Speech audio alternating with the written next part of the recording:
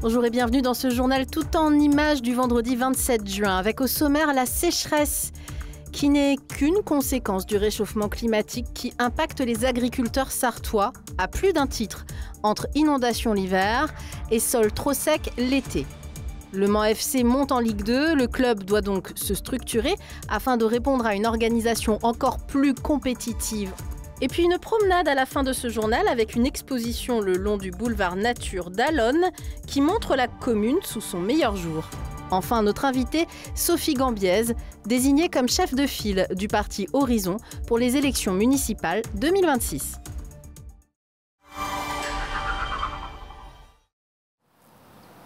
Les températures augmentent et la pluie se fait rare. Pascal, éleveur bovin sarthois, subit ce phénomène. En mai, il décide de ne pas produire de maïs sur 11 hectares de ses terres. C'est vraiment la paillasse. On n'a même pas récolté les repousses parce que c'est trop sec. Puis il n'y a pas de quantité. Et ça montre l'état d'assèchement des sols et le manque de pluviométrie. Car l'agriculteur est dans le bassin de la Vive-Parence, placé en alerte sécheresse renforcée depuis ce jeudi, comme le bassin de l'Argance.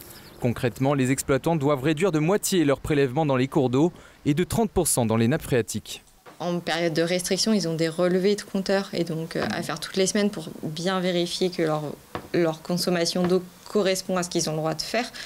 Donc voilà, ça demande un peu plus quand même de vigilance et puis les conditions climatiques sont quand même très exigeantes. Des conditions climatiques déréglées, les cultures sont perturbées. Entre l'hiver et l'été, la météo change radicalement. Les agriculteurs sont désemparés. En février, nous avions une crue où la rivière débordait de plus de 50-60 mètres de chaque côté de la rivière. Vous apercevez mes animaux en train de pâturer là-bas qu'on voit dans le fond.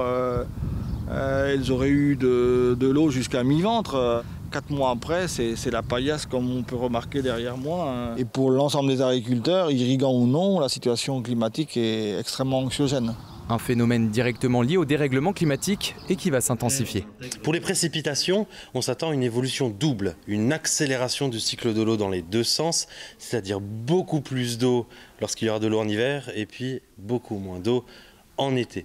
Ce qui nécessite en parallèle des adaptations agricoles, puisque les excès d'eau provoquent des problématiques du coup sur les semis, mais aussi sur les moissons, et les déficits d'eau en été provoquent des problématiques sur la croissance végétale. Cet été, les relevés météo annoncent de fortes chaleurs et de faibles précipitations. Le risque, un élargissement de l'alerte renforcée sur le département. Si le club de foot du Mans n'est pas maculé de sang, il n'en est pas pour autant rempli d'or. Le budget progresse, 9 millions d'euros estimés cette année contre 5 l'an passé. Avec la montée en Ligue 2, il est nécessaire d'être vigilant aux finances. On est plutôt observé comme un club qui s'est plutôt bien géré. Alors selon les années, soit on dit Gomez c'est un radin, soit on dit une fois qu'on a passé la DNCG, putain, et c'est un bon gestionnaire. Donc c'est à vous de choisir. Le centre d'entraînement de la Pinsonardière se refait une beauté. La cellule performance avec le médical notamment est élargie. Une cellule data va voir le jour. L'objectif, pérenniser le club en 2e division. Notre ambition aujourd'hui, elle sera uniquement celle-ci, c'est effectivement donc de s'installer pour demain recréer notre centre de formation. Pour cela, la réussite, comme une rengaine pour le président Gomez, c'est le territoire. Le club enregistre le retour du groupe LDC, ancien partenaire historique en tant que sponsor maillot. Et si j'ai un cri du cœur à lancer, aidez-moi à le lancer. Si le président de MMA nous entend, le MMA est bienvenu au Mans FC. Et une tendance qui revient de plus en plus présente, la potentielle ouverture du capital à un nouveau partenaire financier. Pour ça, on a besoin aussi d'un partenaire financier qui nous accompagne et qui a la même vision que nous. Le président s'est montré rassurant. Cette montée en Ligue 2, c'est une nouvelle jeunesse qui commence pour ce club quarantenaire. The Boston Celtics select Noah Penda sélectionné en 32e position au 2e tour de la draft NBA par les Boston Celtics. L'ailier qui jouait au Mans cette saison a été immédiatement transféré au Magic d'Orlando. Un rêve réalisé pour ce joueur de 20 ans, félicité par le club, par Nicolas Batum, mais aussi par son entraîneur à Vichy, en bleu puis au Mans, Guillaume Vizet. Le conseil départemental réuni pour voter la décision modificative du budget 2025 ce vendredi. En cette fin juin, près de 91% des investissements prévus ont été réalisés, ce qui représente 107 millions d'euros. Ce vendredi, 7 200 000 € de dépenses supplémentaires ont été votés, principalement dans les domaines de la solidarité et du logement. Un budget toujours plus contraint, avec plus de dépenses, moins de recettes et un taux d'épargne en baisse, actuellement de 7 % contre 13 % en 2023. Une situation qui est liée à la loi de décentralisation qui ne donne plus aujourd'hui des compétences suffisantes au département. On lui a retiré d'ailleurs l'autonomie fiscale, c'est-à-dire il n'y a plus d'impôts payés au département. Elles sont payées, ces taxes, aux communes et aux communautés de communes. Mais on voit bien qu'on a amoindri la capacité d'intervention dans le même temps où on augmentait ces charges.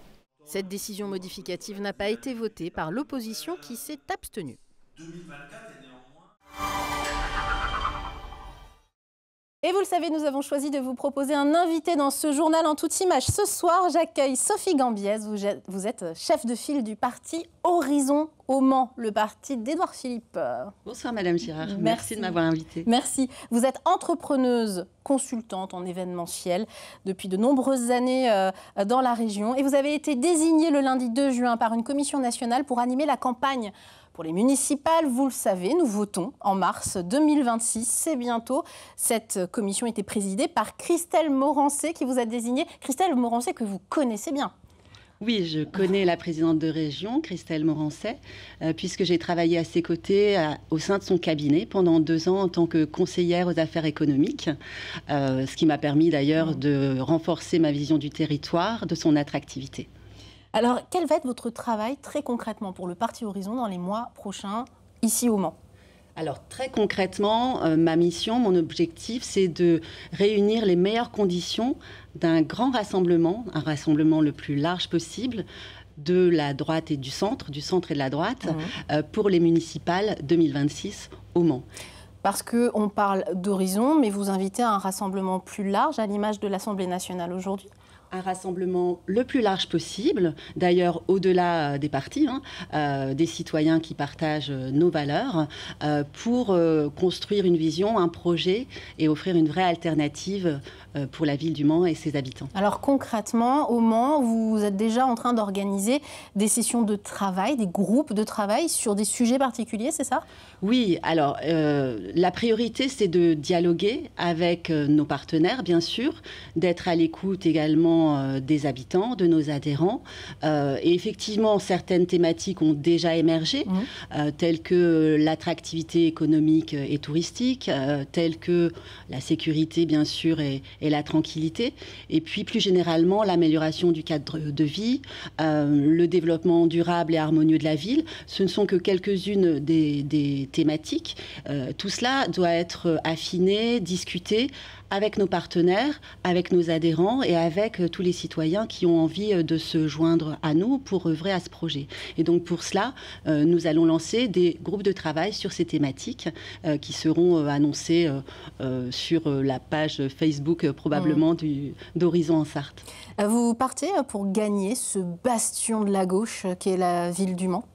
Eh bien, je dirais que... C'est un vrai défi. C'est un vrai défi, mais c'est très stimulant. Je pense qu'on peut et même on doit challenger l'historique. C'est vraiment notre objectif aujourd'hui. Notre objectif, c'est de porter un projet qui soit ambitieux, qui rassemble. Donc oui, c'est un défi, mais c'est ça qui est stimulant, justement, puisque on peut, je pense, exploiter davantage le potentiel du Mans, faire mieux et voir plus grand pour le Mans. Il y a un presque préalable, puisqu'on se souvient qu'en 2014, Christelle Morancé, qui était candidate, à l'époque LR, a failli ravir la municipalité, pardon, j'allais dire la présidentielle, on n'y est pas encore, à Jean-Claude Boulard à l'époque. Donc aujourd'hui, vous partez aussi avec cette expérience de Christelle Morancé, Horizon aujourd'hui ?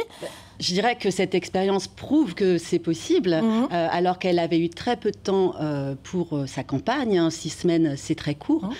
C'est possible à partir du moment où on est en rang serré, où il y a une personne aussi qui incarne un projet. Vous l'avez déjà, la personne qui incarne le projet du Mans ? Il semblerait que Christelle Morancé reste pour l'instant à la région et plutôt des visées nationales. A priori, ce ne serait pas forcément Christelle Morancé, la candidate. Nous n'avons pas encore, ce sera décidé en temps voulu et annoncé en temps voulu. Ce qui compte, c'est que le ou la candidate qui sera désignée soit capable aussi de rassembler et soit capable d'incarner ce projet ambitieux et surtout de s'engager sur le long terme pour le Mans. Avec une présence forte également du Rassemblement national aujourd'hui en Sarthe, avec Marie-Caroline Le Pen, un nom qui compte comme déléguée départementale. Ça complique les choses pour vous ? Je dirais que ça nous oblige d'autant plus à nous rassembler. C'est d'autant plus important dans ce contexte-là, où on ne sait pas, mais il est possible que Madame Le Pen, sœur, alors qu'elle ne connaît pas la ville du Mans, mais ait des ambitions pour le Mans. Je crois que ça nous oblige d'autant plus à nous rassembler et à être soudés autour d'un projet commun. En tout cas, on a compris que vous êtes encore à la recherche de forces vives pour construire et un programme et une dynamique et une liste, évidemment, pour les municipales. Si vous êtes intéressé, il y a un mail que je vais vous donner de suite, sophie.gambiez, c'est vous-même, municipal au pluriel 2026 @gmail.com. Merci Sophie Gambiez d'être venue vous présenter sur ce plateau. Merci Madame Girard. Le sanctuaire Mars-Mulhouse, les constructions de l'architecte Alexandre Chemetov, sans oublier le Cross International.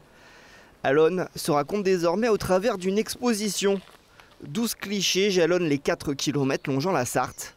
Objectif, donner envie aux passants souvent pressés de s'arrêter, de regarder et pourquoi pas de découvrir Allonnes autrement. Il y a plein de gens qui utilisent le boulevard Nature sans jamais aller à Allonnes parce que c'est juste leur trajet. Donc on a envie de leur, à défaut, leur donner envie de venir s'ils le souhaitent et même s'ils ne viennent pas, leur donner une connaissance de la ville. Et puis c'est aussi utile pour les Allonnaises et l'Allonnais parce que ça raconte la ville d'une manière qui élargit un petit peu le champ parce qu'on connaît la ville avec ses propres usages à soi sans forcément connaître les détails. Et pour aller encore plus loin, des QR codes placés sous chaque photo offrent aux plus curieux un accès immédiat à une mine d'informations.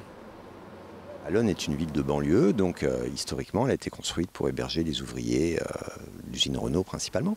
Donc Allonnes est connue pour l'hôpital, il y a plein de raisons de connaître Allonnes et il y en a plein d'autres en fait. Allonnes c'est aussi une ville où des architectes très connus ont participé à son urbanisation. C'est une ville de culture, c'est une ville de sport, c'est une ville d'entreprise et c'est une ville avec un patrimoine archéologique très important. Conçues comme une exposition permanente, les installations ont vocation à durer dans le temps pour continuer de raconter Allonnes jour après jour.